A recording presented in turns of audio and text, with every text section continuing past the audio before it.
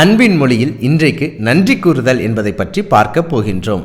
அப்போஸ்தலனாகிய பவுல் நன்றியறிதல் உள்ளவர்களாயிருங்கள் என்று கொலோசியர் 3:15 பதிவு செய்து வைத்திருக்கிறாங்க. ஒரு மனிதன் தன்னுடைய இதயத்தில் உள்ள அன்பை வெளிப்படுத்துவதற்கு தனக்கு உதவி செய்த நபரிடத்தில் நன்றி தேங்க்யூன்னு சொல்வதன் மூலமாக அந்த அன்பு வெளிப்படுதுங்கிறத முதலாவது நாம் புரிந்து கொள்ளலாம். ஒவ்வொரு நபருக்கும் பெற்றோர்கள் செய்த உதவி இருக்கும், தன்னுடைய மனைவி செய்த உதவி இருக்கும், தன்னுடைய பிள்ளைகள் செய்த உதவி இருக்கும், தன்னுடைய நண்பர்கள் செய்த உதவி இருக்கும்னு பல நபர்கள் நம் வாழ்க்கையில் உதவக்கூடிய நபர்களாக இருப்பாங்க.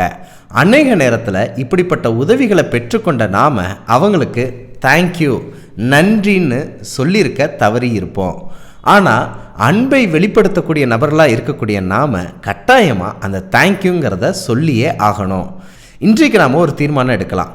நம்முடைய வாழ்க்கையில் நமக்கு யாரெல்லாம் உதவி செஞ்சாங்கங்கிற பெயர் பட்டியலையும் அதற்கு இணையாக அவங்க என்ன உதவி செய்தாங்கங்கிறதையும் குறிப்பிட்டு ஒரு பேப்பரில் எடுத்து எழுதி வைத்து கொள்ளுங்க. இந்த நபர்களிடத்தில் ஒரு நன்றியின் கடிதம், ஒரு லெட்டர் ஒன்று எடுத்து அவங்க எந்த காலகட்டத்தில் எந்த நேரத்தில் அவங்க உதவி செஞ்சாங்கங்கிறதையும் அந்த உதவியாக உங்களுடைய வாழ்க்கையில் எவ்வளோ பெரிய தாக்கத்தை ஏற்படுத்தினது என்பதையும் அதற்காக நன்றி என்று ஒரு நன்றி கடிதம் எழுதி அவங்களுக்கு நீங்கள் போஸ்ட் பண்ணலாம். அது மட்டும் இல்லை, இந்த நவீன டெக்னாலஜியில் நீங்கள் வாட்ஸ்அப்பில் ஒரு வீடியோ ஒன்று தயார் செய்து கூட அவங்களுக்கு அனுப்பி வைக்கலாம், ஒரு ஆடியோ ஒன்று ரெக்கார்ட் செய்து அனுப்பி வைக்கலாம், இல்லை மனதின் ஆழத்திலிருந்து எழுத்துக்கள் வடிவத்திலையும் ஒரு மெசேஜாக அனுப்பி வைக்கலாம்.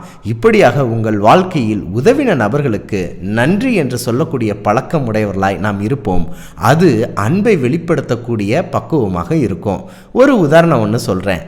தினமும் நன்றாக சமைத்து கொடுக்கக்கூடிய மனைவியின் சமையலை நன்றாக சாப்பிடக்கூடிய கணவன் அந்த உணவு நன்றாக இருக்கிறது அதற்காக நன்றி என்று சொல்லும் பழக்கம் இல்லாதவனாகத்தான் இருக்கிறான். இப்படித்தான் கணவன் செய்த அநேக நற்செயலுக்கும் கூட மனைவி நன்றி சொல்ல தவறக்கூடிய நபராகத்தான் இருக்கிறாங்க. இப்படி நாம இல்லாம நம் வாழ்க்கையில உதவின யாவருக்கும் நன்றி சொல்லக்கூடிய நபர்களாக இருப்போம். முதலாவது, அந்த நன்றி பரலோகத்தின் தேவனுக்கு எட்டட்டும். பகிர்வோம் இயேசுவை என்றும் அன்புடன் பைபிள் ஸ்கூல்.